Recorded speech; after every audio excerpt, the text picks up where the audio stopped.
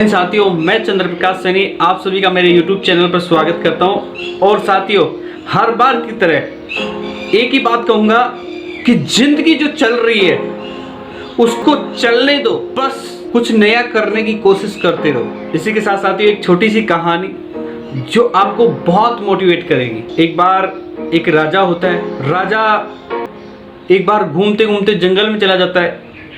वहाँ जंगल में वो अपने गुरुजी से मिलता है।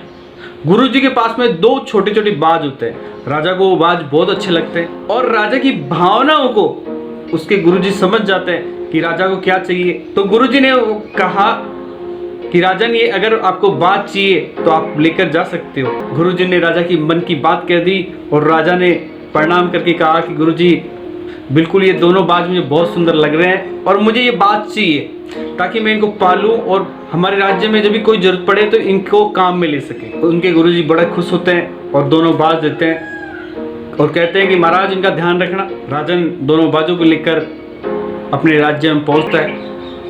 राज्य में पहुंचने के बाद में राजन ने एक विशेष व्यक्ति को नियुक्त किया जाता है दोनों बाजों की देखभाल के लिए। उनकी हर एक सुविधा के लिए पूरा ध्यान रखा जाता है। दिन प्रतिदिन बाज बढ़ते जाते हैं और राजा अपने राज्य की व्यवस्था में मशगूल हो जाता है, दिमाग से निकल जाता है। एक दिन अचानक कार्य करते करते उसे याद आती है कि मैं दो बाज लेके आए थे, कि क्या हाल है उनका, कैसे हैं वो, आज मैं उनको देख के आता हूँ। तो साथियों, राजन पहुंच जाता है उनको देखने के लिए। जो विशेष व्यक्ति वहाँ नियुक्त किया गया था बाज की रखवाली के लिए, उसको बुलाया जाता है। उसको कहता है कि बाज को उड़ाया जाए। वो व्यक्ति कहता है कि ठीक है महाराज, जो आपकी आज्ञा। दोनों बाज बहुत स्पीड से आसमान की तरफ जाते हैं, लेकिन एक बाज आसमान में उड़ता रहता है और एक बाज आके वहाँ एक डाली होती है पेड़ की, उस पर बैठ जाता है। बहुत प्रयत्न के बाद में भी वो नहीं जाता है। तो राजा को इस विषय पे चिंता होने लग जाती है कि ये बाज शायद, मुझे लगता है कि ये यहीं रहेगा, ज़्यादा उड़ नहीं पाएगा।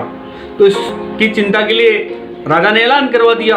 राजा ने कहा कि भाई, जो इन बाजों को, जो ये बाज नहीं उड़ रहा है, उड़वा देगा, मैं उसको बहुत बड़ी इनाम दूंगा। ये बात तुरंत राज्य के चारों तरफ फैल गई। अनेक विद्वान लोग आए, अनेक पशु चिकित्सक आए, अनेक राज्य से बहुत सारे इंटेलिजेंट लोग आए, लेकिन बाज वहीं उड़ा और वहीं वापस डाली पे। बहुत प्रयत्न किया लेकिन वो उड़े, लेकिन वापस आकर उसी डाली पर बैठ गए। ऐसा मतलब बहुत से लोगों ने प्रयत्न किया, अलग अलग लोगों ने, बहुत इंटेलिजेंट लोग थे, उन्होंने प्रयत्न किया, लेकिन उनके बस की बात नहीं हो पाई। राजा इस बात को लेकर बड़ा दुखी था कि एक बाज उड़ रहा है, एक बाज नहीं उड़ रहा, ये कैसे हो सकता है। एक दिन अचानक, बहुत दिनों के बाद में, वापस उस बाज के जो विशेष व्यक्ति को, जो उनके रखवाली के लिए रखा गया था, उसको बुलाया जाता है। उसको कहा जाता है कि भाई, वो बाजों का क्या हालचाल है। कहते महाराज, अब बिल्कुल सही है, दोनों बाज उड़ रहे हैं। बोले कि ऐसे कैसे हुआ। फिर उन्होंने कहा, वो जो विशेष व्यक्ति था, उनका रखवाला था, उसने कहा कि महाराज, कुछ समय पहले एक किसान आया था, तो मैंने उसको कहा कि यार, ये एक बाज उड़ता है, एक बाज नहीं उड़ता। तो उसने कहा इसका तो छोटा सा इलाज है, मैं कर देता हूँ अभी। तो उसने वो इलाज किया और उड़ गया।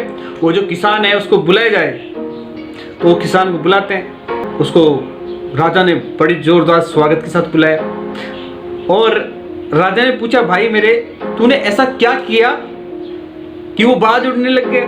तो उस किसान ने कहा कि महाराज, मैं एक छोटा सा किसान आदमी हूँ, 2 वक्त की रोटी कमाता हूँ, मेरा टाइम पास करता हूँ, मैं ज़्यादा कुछ नहीं जानता। बस मैं एक चीज़ जानता हूँ कि उस बाज को उस लकड़ी से प्रेम था, अपने जीवन से नहीं था।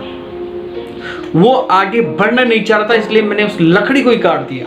राजा बड़ा खुश हुआ और उसको बहुत सारी इनाम दी। साथियों, इस कहानी से यही सेंस और यही अर्थ निकलता है कि आप लोग छोटे छोटे फायदों के लिए अपना बहुत बड़ा फायदा कभी भूल जाते हैं। आप लोग एक छोटे से फायदे के चक्कर में सिर्फ, कई बार 4,000 रुपये की नौकरी होती है, कभी 6,000 रुपये की नौकरी होती है, इस छोटी सी नौकरी के चक्कर में अपनी पूरी लाइफ बर्बाद कर देते हैं। मेरे साथियों, मैं इतना ही कहना चाहूंगा कि जिंदगी एक बार मिलती है। आज हमें ये लाइफ मिल गई, आगे कोई विश्वास नहीं है इस लायक का कि हमें जिंदगी मिलती है। जिंदगी आज हमें मिली है, इसको आप पूरे जोश और जुनून के साथ जियो और कुछ ऐसा करके जाओ यहाँ पर कि आपका इतिहास, कुछ ऐसा करके जाओ जो आपका इतिहास आने वाली पीढ़ियां पढ़े।